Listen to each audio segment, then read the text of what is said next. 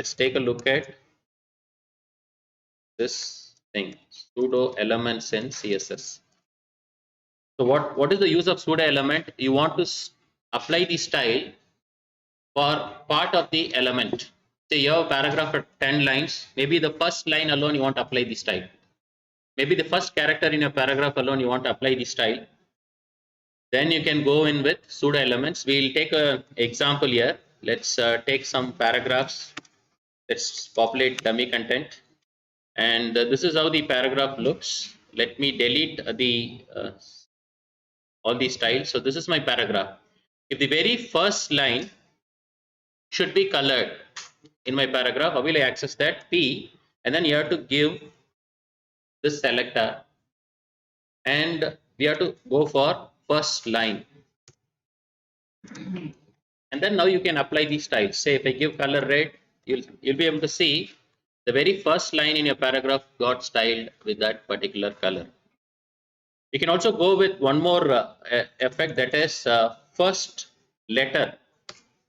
So you want only the first letter in your paragraph to be having a color or having some style, then you can go with first letter. So these are called pseudo elements because they are applying styles to part of the element. You have a paragraph element, only part of that element is taking up the style. There are certain more things like, say I have this paragraph element here, and using my style sheet I'll be able to insert an image before or after the paragraph. Say if I want to insert an image before the paragraph, I can give before. So before this paragraph, what I want to do is I'll insert an image. So it's content. You have to select URL. You browse to the folder where you have your images. Let me go with caption.jpg. So now before the paragraph, insert an image. When I refresh this, you'll be able to see the image got inserted before the paragraph.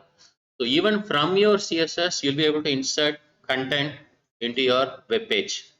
There's one more thing after. You would have guessed what after is all about. It's insert the image after the paragraph. So these are examples of pseudo elements.